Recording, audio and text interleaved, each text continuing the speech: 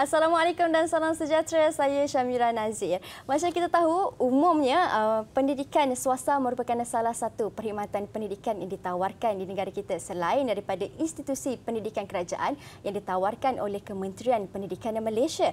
Dan kalau kita boleh lihat, pada hari ini institusi pendidikan swasta semakin berkembang dengan pesat, baik daripada peringkat tadika, sekolah maupun ke peringkat yang lebih tinggi. Dan ini merupakan satu tajuk yang cukup menarik untuk sama-sama kita bincangkan, iaitu bagaimana pengoperasian pendidikan swasta di Malaysia bersama dengan tetamu kami di studio yang cukup berpengalaman, iaitu Puan Aniza Kamaruzaman yang merupakan Timbalan Pengarah Bahagian Pendidikan Swasta Kementerian Pendidikan Malaysia. Assalamualaikum Puan. Waalaikumsalam Mira. Apa khabar Puan? Alhamdulillah, terima kasih. Sihat mana ya? Ya. Baik, selamat datang ke Didik TV saya ucapkan. Terima kasih kerana berjemput saya ke Didik TV. Okey. Baik Puan, hari ini kalau kita sentuh tentang pengoperasian pendidikan swasta di Malaysia. Sebenarnya pendidikan swasta ini bukanlah sesuatu perkara yang asing lagi kan di negara kita. Jadi kalau Puan sendiri boleh kongsikan apa sebenarnya yang dimaksud dengan pendidikan swasta dan juga lanskap pendidikan swasta itu sendiri.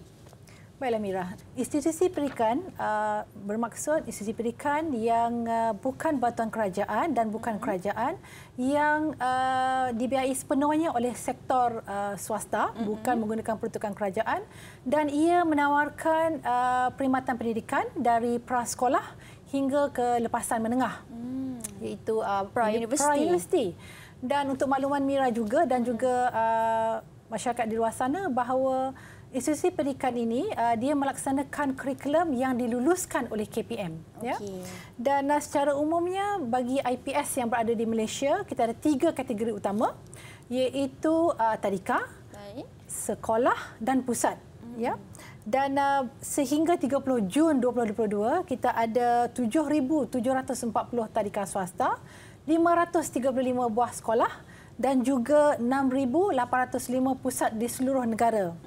Dan ingin saya maklumkan di sini bahawa untuk IPS kategori sekolah kita ada 9 jenis ya Mira, 9 jenis sekolah, 9 kategori ya.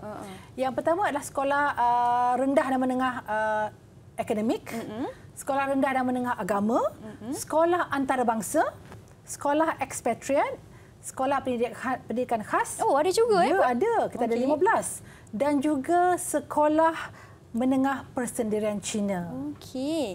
Baik, tadi pun ada sentuh, ada terbahagi kepada 3 kategori, iaitu tadika, sekolah dan juga pusat. Kalau tadika dan sekolah mungkin ada yang familiar lah dengan terma itu, tetapi bagaimana pula untuk bahagian pusat itu Puan? Okey, untuk pusat kita ada beberapa kategori utama, iaitu antaranya adalah pusat bahasa. Okey. Kita nampak dekat dengan rumah-rumah kita banyak pusat bahasa ya. Pusat tuition. Okey, ini saya tahu pusat tuition. Okey. Pusat kemahiran, juga pusat perkembangan minda. Selain daripada itu, ada juga pusat-pusat di mana ia diwujudkan atas kerjasama kita dengan negara luar.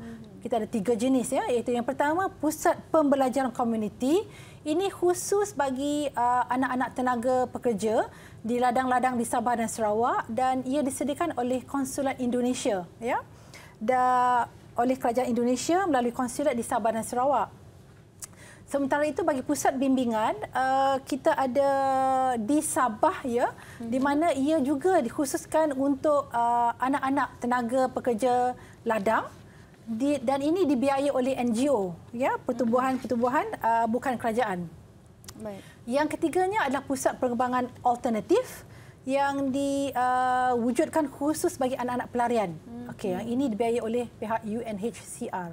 Wow, okey. Baik, kalau Puan dah sentuh tentang 3 kategori pusat pembelajaran ini, iaitu komuniti, bimbingan dan juga alternatif, kan? Kalau kita tengok sebenarnya besar. Kan? Jadi sudah pastinya kita pun ingin mengetahui juga berapa jumlah murid dan juga jumlah guru untuk ketiga-tiga pusat ini. Ya, bagi ketiga-tiga kategori ya. Saya terus menyatakan tentang jumlah murid di ketiga-tiga kategori IPS itu tadi. Di tadika swasta kita ada hampir 290,000 ya, orang murid di tadika swasta. Okey, ramai. Okey, kalau saya nak terperincinya dia adalah 283,436 murid di tadika swasta seluruh negara ya. Ini yang berdaftar dengan KPM Mira. Okey. Bagi murid di sekolah swasta, kita ada 219,428 dan yang terakhir di pusat kita ada 140,521 murid ya di pusat. Dan kalau boleh saya maklumkan juga jumlah guru ya. Jumlah guru yang berkhidmat di tadika swasta, di sekolah swasta dan di pusat, jumlah guru di seluruh IPS, di seluruh institusi pendidikan swasta seluruh negara ada 61,000 orang. Dan jumlah murid kalau kita kumpulkan tadi adalah seramai 650,000 murid. Wow. Di tadika swasta, Satu jumlah yang cukup sekolah besar. swasta, pusat-pusat. Ya, alhamdulillah. Ya. Baik Puan, itu satu jumlah yang cukup besar daripada segi murid dan juga daripada segi guru yang mengajar juga. Kalau kita tengok rata-ratalah tadika, kebanyakannya akan didaftarkan, tetapi ada juga setengah pengurus tadika yang mengendalikan operasi tadika ini yang tidak didaftarkan. Jadi kalau Puan boleh kongsikan apa yang akan dikenakan, tindakan yang boleh dilakukan terhadap institusi yang lakukan sedemikian? Ya. Dia beginilah Mira, kita ni berada di negara Malaysia, kita ada undang-undang. Betul. Ya. Dan mengikut perundangan di Malaysia, kita ada Akta Pendidikan 1996 iaitu Akta 550. Kalau kita rujuk kepada akta tersebut iaitu melalui Seksyen 79, ia menyatakan bahawa semua institusi pendidikan di Malaysia hendaklah didaftarkan. Ya. Dan oleh kerana itu apabila mereka gagal berdaftar, ya, apabila mereka gagal berdaftar dengan Kementerian Pendidikan Malaysia, mereka boleh dikenakan denda, iaitu yang pertama boleh dikenakan denda tidak melebihi RM30,000. Okey. Atau dipenjarakan 2 tahun atau kedua-duanya sekali. Ya. Dan untuk makluman semua juga di luar sana bahawa kami di bahagian pendidikan swasta KPM kita ada unit.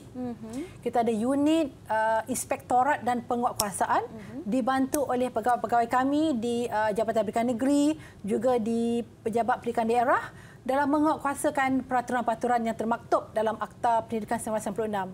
So maka saya amat menggesalah agar pihak di luar sana terutamanya pengusaha-pengusaha yang belum berdaftar dengan Kementerian Pendidikan Malaysia untuk berbuat demikian ataupun menghadapi itulah tadi kedua perkara yang saya maklumkan tadi iaitu boleh dikenakan denda dan penjara. Ya. Walau bagaimanapun di pihak KPM kita tidaklah ingin terus menghukum, kita ingin mendidik mereka. Untuk tujuan tersebut saban tahun kami melaksanakan sesi libat urus. Runding cara konsultasi dengan pengusaha-pengusaha yang belum berdaftar. Kita tunjukkan cara untuk mereka berdaftar. Okay? Supaya mereka boleh beroperasi secara sah. Ya? Dan pada masa yang sama juga kita akan memastikan bahawa premis mereka selamat untuk anak-anak kita. Betul. Ya? Kerana kita tak nak perkara-perkara yang tidak diingini berlaku kepada murid-murid ataupun pelajar-pelajar di sekolah atau pusat tersebut. Ya.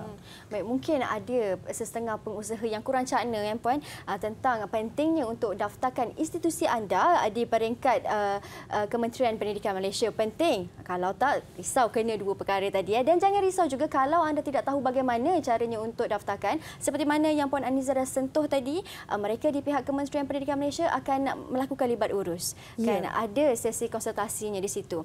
Baik, itu penjelasan yang cukup jelas tentang kepentingan untuk daftarkan institusi pendidikan swasta dengan pihak Kementerian Pendidikan Malaysia. Kita akan berhenti berehat seketika. Kita akan sambung lagi perbincangan kita selepas ini hanya di Sembang Didik, Didik TV KPM.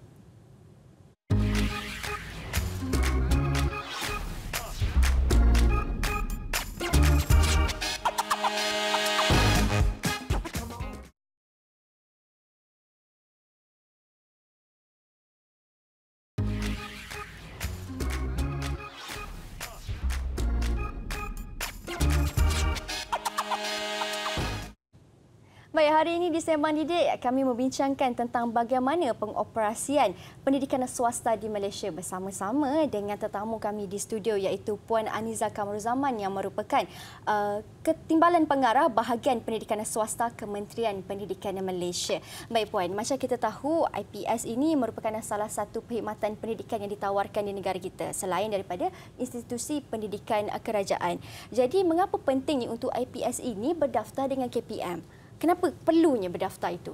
Oh, baiklah Mira, memang sangat penting, semestinya penting untuk setiap institusi pendidikan yang berada di Malaysia untuk berdaftar dengan KPM kerana kita ingin memastikan bahawa perkhidmatan pendidikan yang diberikan kepada anak-anak kita ini ada dalam kualiti yang tertinggi dan juga untuk memastikan bahawa mereka beroperasi secara sah, mereka merekrut guru secara sah dan juga untuk memastikan juga bahawa mereka beroperasi tidak semata-mata untuk mengaut keuntungan kerana kadang-kadang kita terdengar juga apabila berlaku sesuatu perkara yang tidak diingini, pihak di luar sana akan menyalahkan Kementerian Pendidikan Malaysia.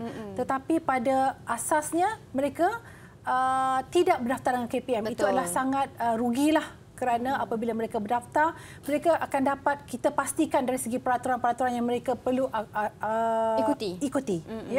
Kerana again pada akhirnya kita inginkan semuanya dapat dilaksanakan secara sah mengikut undang-undang peruntukan yang ada di Malaysia.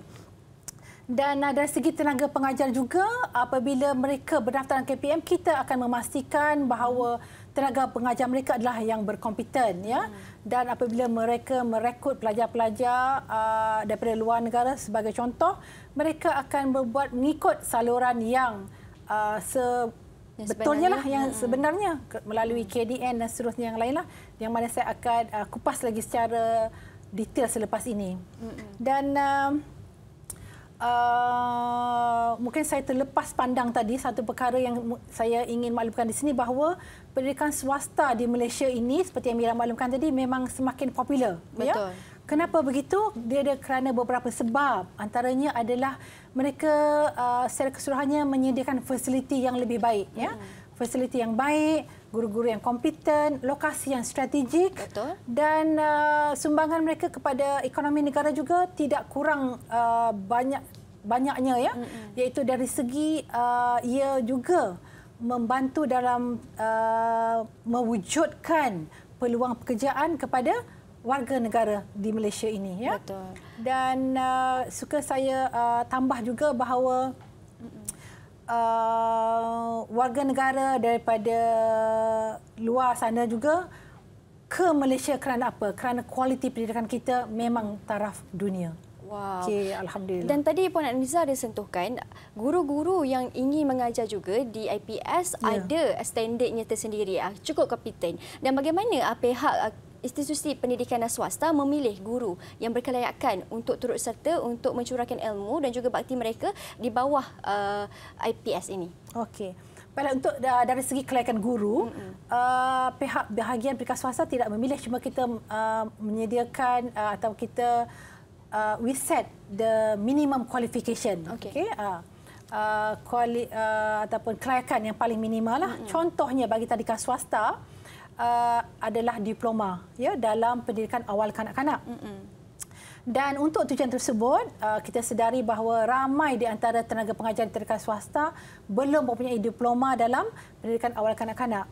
Justru pihak bahagian pendidikan swasta bekerjasama dengan IPGM, Institusi Perguruan Guru Malaysia, di mana kita ada menyediakan atau menawarkan program untuk guru-guru yang sedang mengajar di tadikan swasta ini untuk meneruskan pengajaran mereka sehingga peringkat diploma.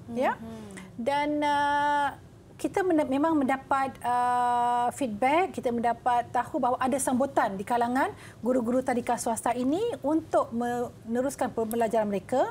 Dan ini kita lihat sebagai satu yang positif kerana apabila mereka melanjutkan pelajaran mereka bagi diploma pendidikan awal kanak-kanak, ia merupakan satu value added, nilai modal insan kepada guru itu, juga memberikan mereka satu dari segi pendidikan mereka akan lebih profesional dalam membimbing, mendidik anak-anak yang berumur 4 hingga 6 tahun ini. Pendekatannya juga mungkin lebih berbeza kan Puan? Ya, betul. So apabila mereka mengikuti kursus-kursus sebegini, juga akan menjadikan mereka seorang pendidik yang lebih profesional. Okey. Baik. Kalau saya boleh tambah, di bahagian pendidikan swasta juga kita ada SKIPS, iaitu Standard Quality Institusi Pendidikan Swasta. Ini telah bermula dari tahun 2006 lagi, Mira, ini adalah satu standard kualiti di mana kita menyediakannya bagi memastikan kualiti pendidikan swasta di Malaysia berada pada tahap yang paling optimum dan baik. Kita melaksanakan standard kualiti ini kepada pusat-pusat, contoh pada pusat tuition, pusat bahasa, juga kepada sekolah-sekolah, di mana ia dapat apabila mereka mengikuti ataupun apabila mereka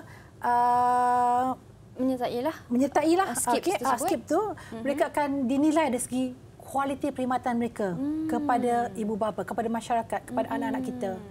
Kita akan lihat dia punya filing system. Kita akan lihat dari segi pengurusan murid mereka, dari segi pengajaran mereka, dari segi filing mereka.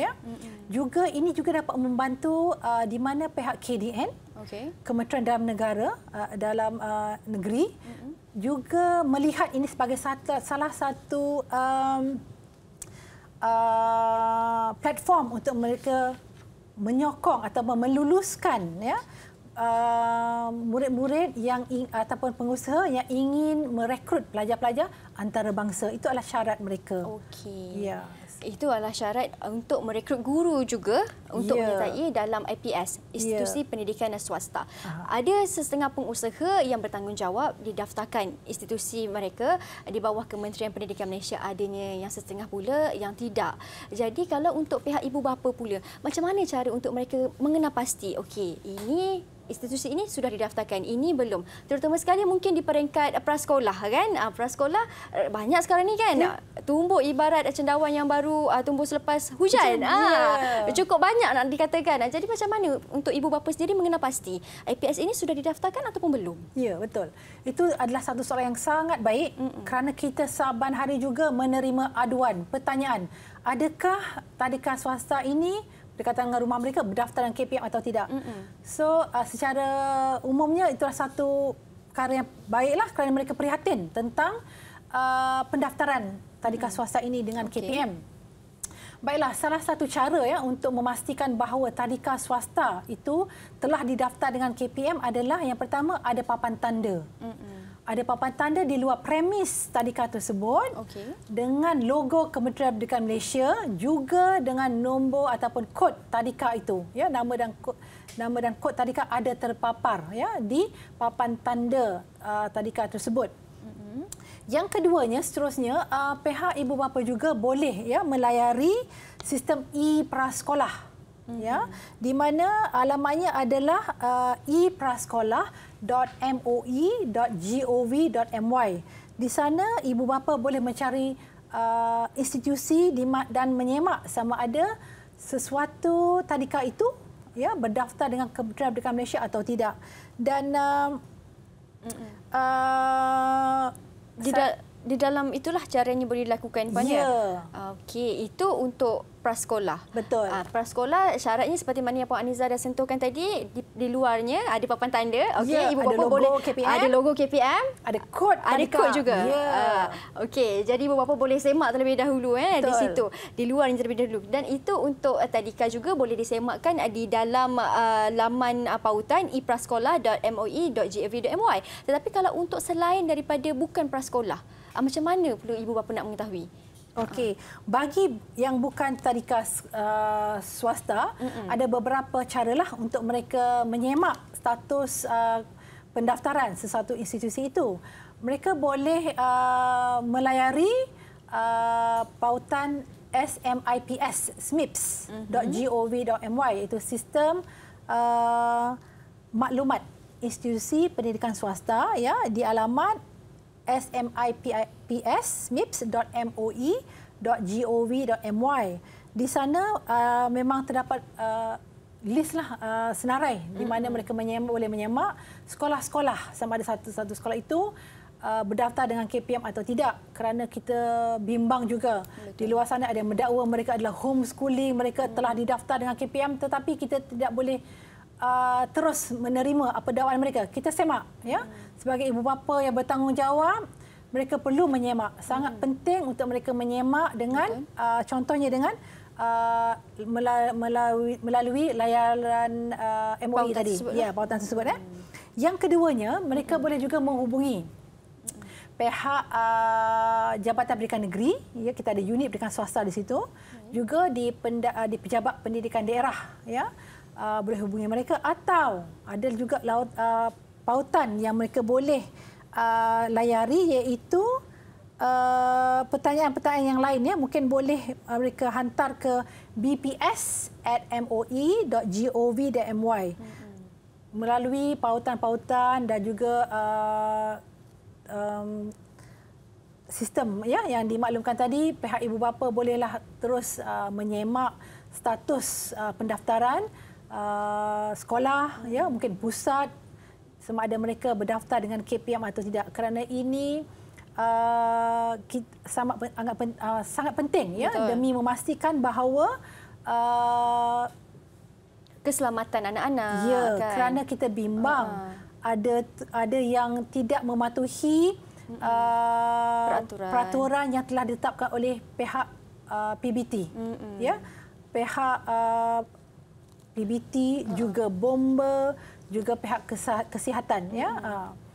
Okey. Baik, Puan. Jadi itu antara kepentingan yang mengapa ibu bapa sendiri perlu menyemak dan mengambil tahu adakah IPS yang mereka hantar anak mereka ini sudah didaftarkan ataupun belum kepada Kementerian Pendidikan Malaysia. Kita akan berhenti berehat seketika. Kita akan sambung semula perbincangan kita selepas ini hanya di Sembang Didik, Didik TV KPM.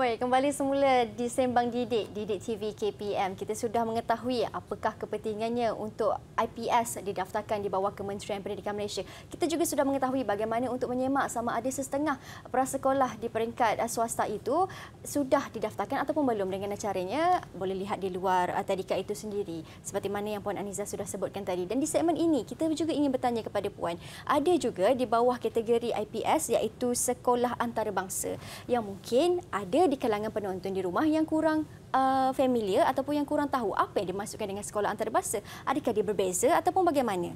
Baiklah, Amira. Sedikit latar belakanglah pengetahuan tentang sekolah antarabangsa ini.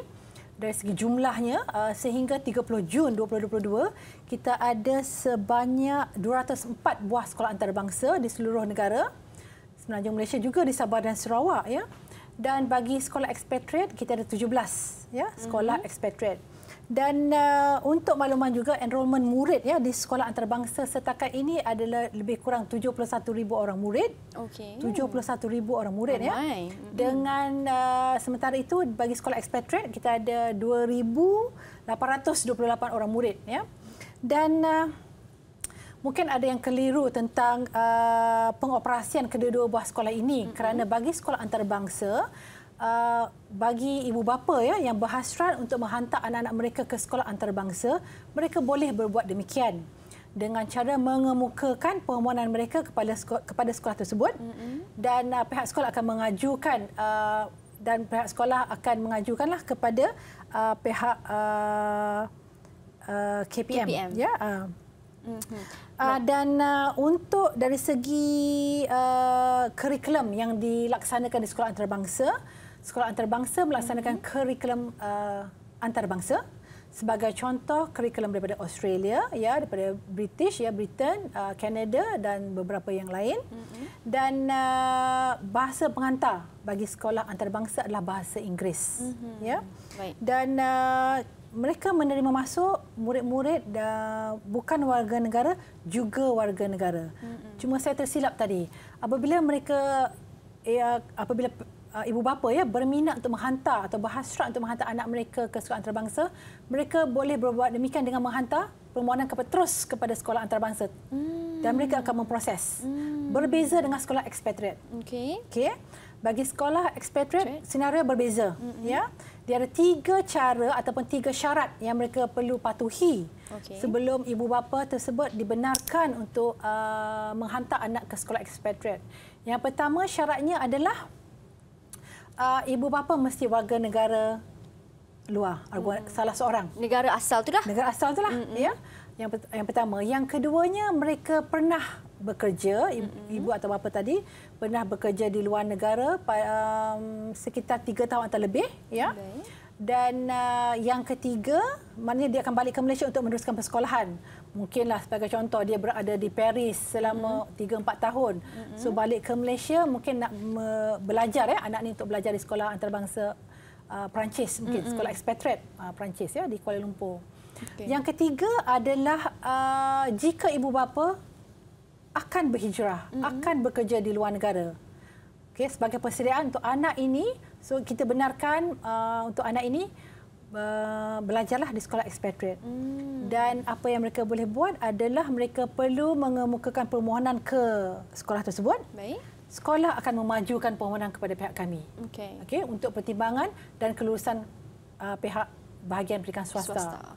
Okey. Dan kalau daripada segi pelajar antarabangsa pula yang ingin mendapatkan perkhidmatan pendidikan di negara kita, bagaimana di pihak pendidikan swasta sendiri mengawasi kemasukan mereka ini? Adakah syarat-syaratnya ataupun SOP yang harus ditetapkan kepada pelajar antarabangsa itu ataupun bagaimana, Puan? Baiklah, untuk dari segi jumlah murid, kalau saya boleh kongsi di sini keseluruhan murid bukan warga negara di semua kategori sekolah swasta adalah seramai 25,868 orang setakat 30 Jun. 25,868 orang. Ini bermakna Malaysia merupakan satu destinasi pilihan dari segi pendidikan yang ditawarkan oleh pengusaha-pengusaha di Malaysia. Di bahagian pendidikan swasta, kita menyambut aspirasi kerajaan ini dan kita sentiasa mengetengahkan Malaysia sebagai destinasi di mana pelajar-pelajar antarabangsa terus berminat untuk meneruskan perkhidmatan atau meneruskan pengajian mereka di Malaysia. Dan untuk tujuan itu, kita ada bekerjasama dengan pihak Jabatan Immigration Malaysia. Di mana kita akan menyokong, of course, berdasarkan permohonan yang mereka hantar kepada pihak sekolah. Sekolah akan hantar memajukan permohonan itu kepada pihak kita. Kita akan go through, kita akan melihat semua dokumen-dokumen mereka. Apabila semua dah teratur, kita akan memberi surat sokongan, sahaja surat sokongan kepada pihak sekolah, dan pihak sekolah akan memajukan perkara ini kepada pihak JIM, Jabatan Immigration Malaysia. Kelulusan adalah tertakluk kepada prosedur peraturan yang berkuasa di Jabatan Immigration Malaysia. So dia adalah agak ketat dan amat ketat sebenarnya. Kita tidak membenarkan sebarang orang untuk masuk Malaysia kerana kita nak mereka adalah genuine. Mereka adalah betul-betul pelajar yang ingin datang ke Malaysia untuk belajar. Tidak salah gunalah. Tidak salah guna PAS sebab kita bimbang PAS pelajar itu takut disalahgunakan. Kalau mungkin ada ibu bapa ataupun mereka yang di rumah sekarang yang tertanya-tanya, jadi apa sebenarnya kepentingan merekrut pelajar antarabangsa ini untuk belajar di Malaysia? Kenapa perlunya mereka ini untuk belajar masuk ke dalam Malaysia?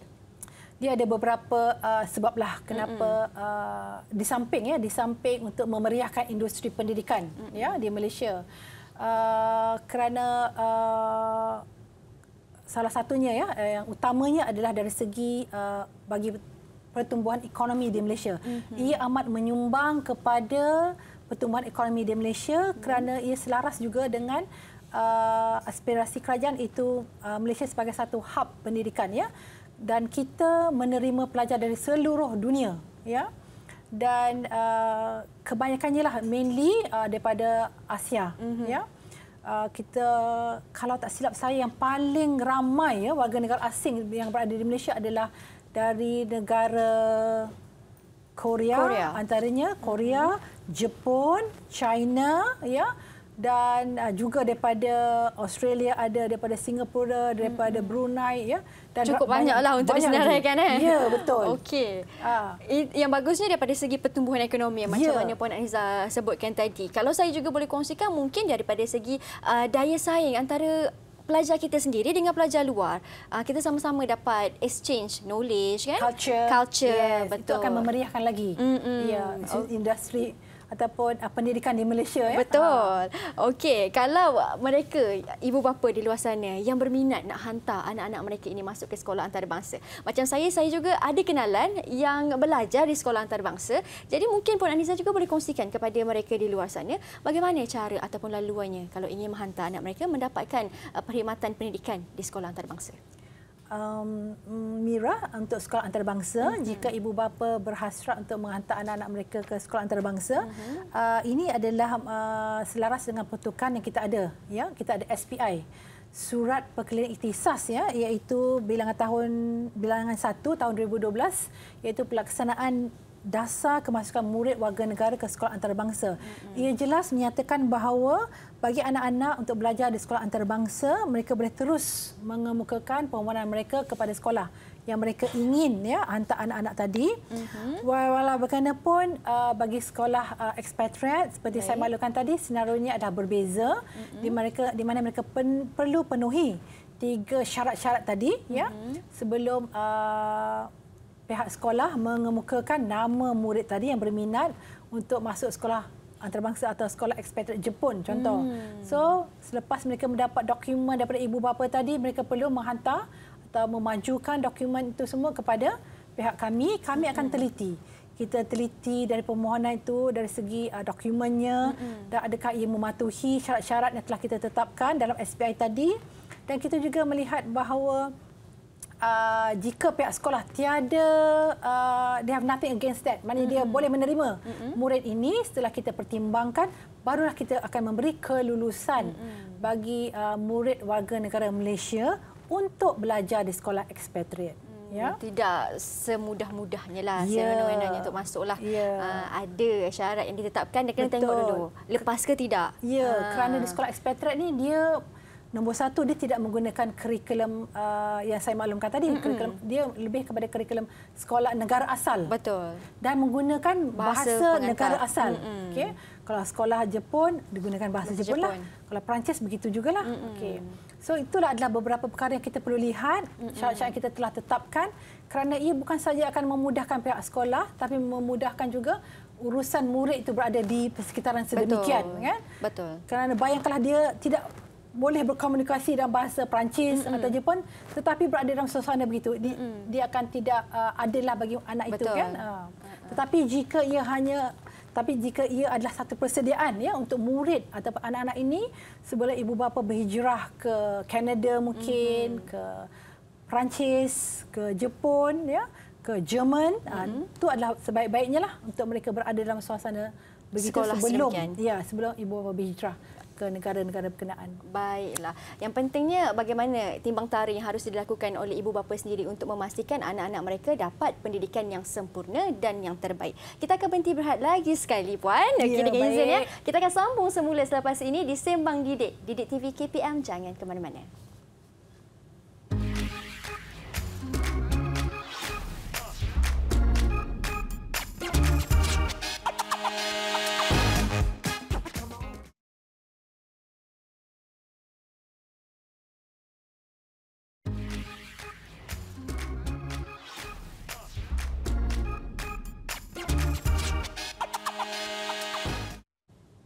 Baik, kembali kita di Sembang Didik, Didik TV KPM. Kita sudah sentuh beberapa soalan yang sudah dijawab dengan jelas oleh Puan Aniza tentang pengoperasian pendidikan swasta di Malaysia. Dan kalau Puan juga boleh kongsikan bagaimana untuk pengusaha ataupun pemain industri pendidikan swasta ini untuk mereka mendaftarkan mereka punya institusi mereka. Bagaimana usahanya ataupun apa yang boleh dilakukan. Silakan, Puan. Okey.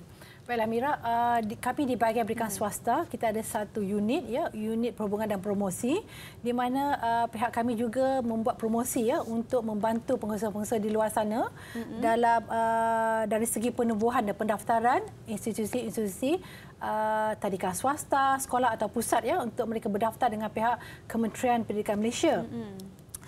Sebagai contoh, dalam tahun 2020 ini kita telah melaksanakan 3 sesi town hall, ya, iaitu di negeri Melaka, Pulau Pinang dan Sarawak, ya. Dan alhamdulillah ketiga-tiga platform ini telah berjaya menjadi platform sesi di mana pihak pengusaha, berdialog dengan pihak bahagian pendidikan swasta, juga dengan pihak berkuasa tempatan. Kita panggil juga bersama-sama dengan kami pada ketika itu, pihak bomba, pihak kesihatan, juga pihak-pihak lain yang terlibat dalam urusan kelulusan penubuhan dan pendaftaran institusi. Ya.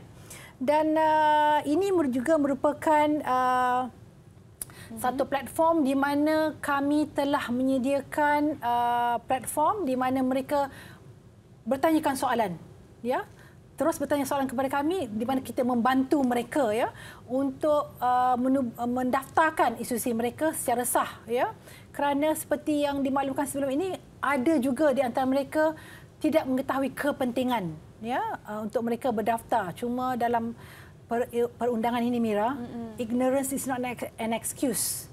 Kita tak boleh kata kita tak tahu. Kalau itu adalah satu undang-undang yang mesti dipatuhi apabila sesuatu industri itu atau pengusaha itu melibatkan, ya, terlibat dalam industri pendidikan di Malaysia ini. Ya. Pelibatan, ya,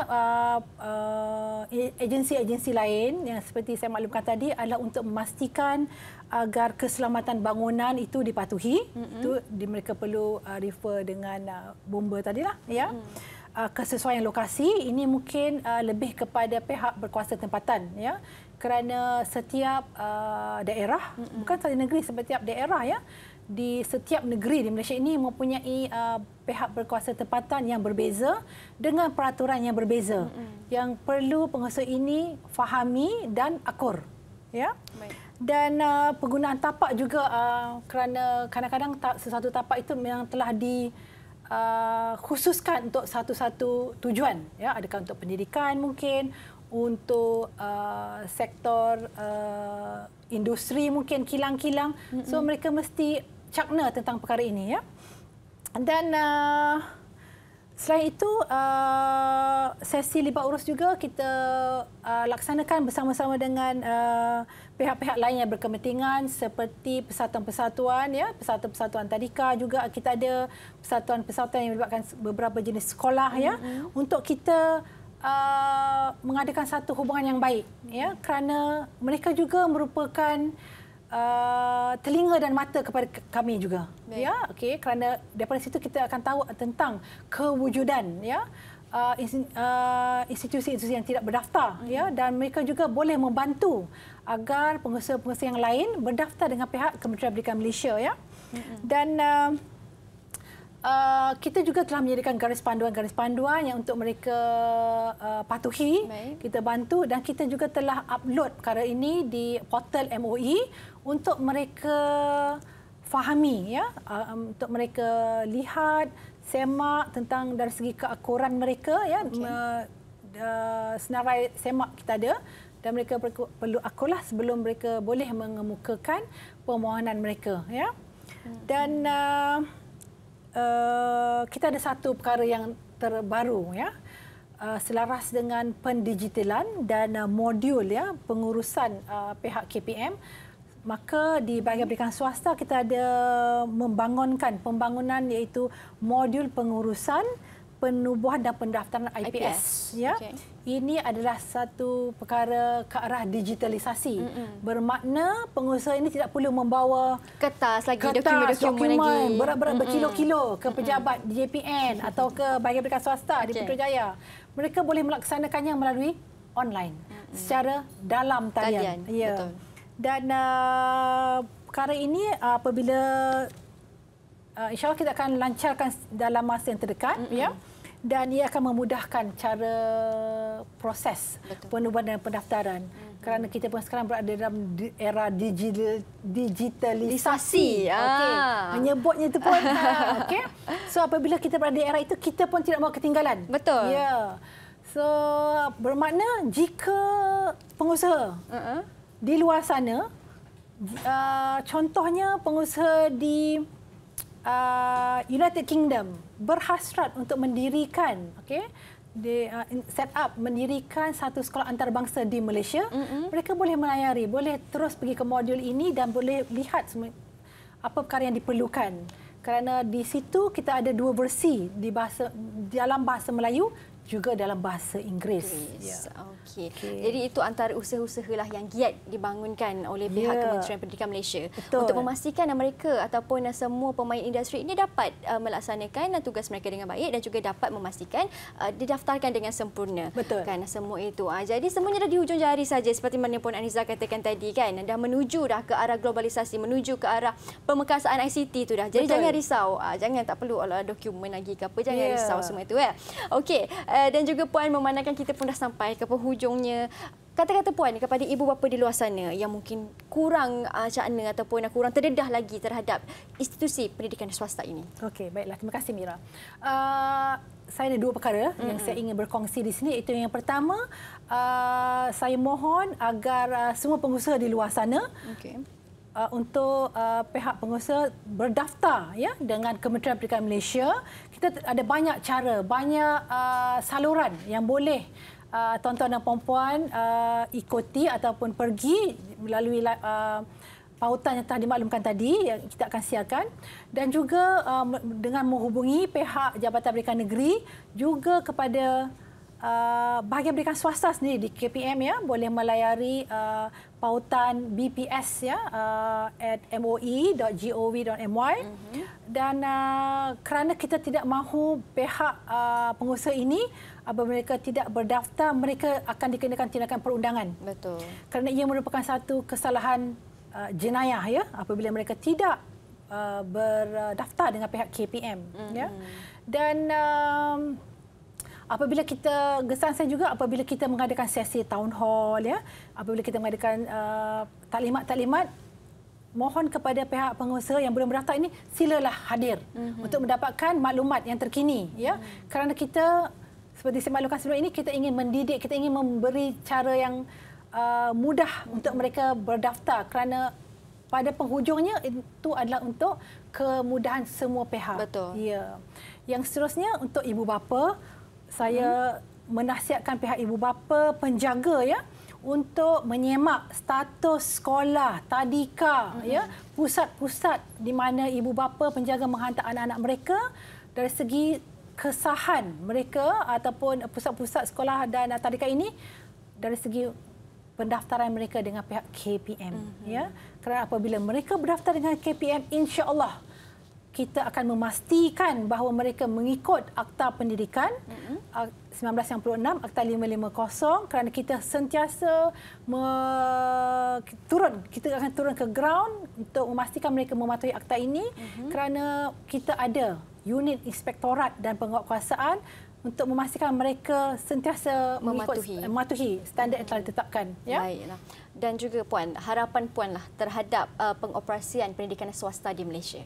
Harapan saya seperti yang mula-mula tadi Mira maklumkan tadi, bahawa ia semakin berkembang pesat. Betul. Okey, harapan saya agar ia terus berkembang pesat, kerana ia merupakan satu pilihan alternatif kepada ibu bapa yang berkemampuan, juga kepada golongan expatriate dan warga negara asing untuk anak-anak mereka meneruskan pengajian di institusi pendidikan swasta di Malaysia. Dan harapan saya juga agar pihak-pihak pengusaha di sini di Malaysia akan terus memberikan yang terbaik kepada anak-anak warga negara Malaysia yang bersekolah di sekolah masing-masing.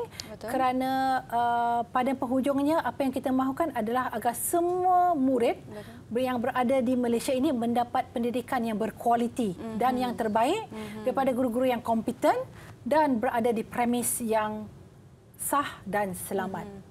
Itu saja. Terima kasih Mira. Wow, penjelasan yang padu dan juga jelas daripada Puan Aniza. Terima kasih saya ucapkan kepada Puan Aniza Kamaruzaman yang merupakan Timbalan Pengarah Bahagian Pendidikan Swasta Kementerian Pendidikan Malaysia atas kesediaan meluangkan masa bersama dengan kami di Didik TV pada hari ini untuk menjawab dan juga memberi pencerahan kepada semua ibu bapa ataupun penonton yang berada di rumah.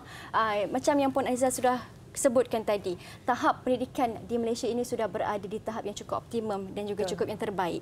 Jadi kepada ibu bapa tidak kiralah sama ada pendidikan swasta ataupun kerajaan, kedua-duanya sempurna kerana kedua-duanya saling melengkapi antara satu sama lain. Kerana apa yang kita mahukan pada akhirnya ialah kemenjadian murid itu. Kerana murid pada hari inilah yang akan menentukan dan mencorakkan masa depan negara di masa akan datang.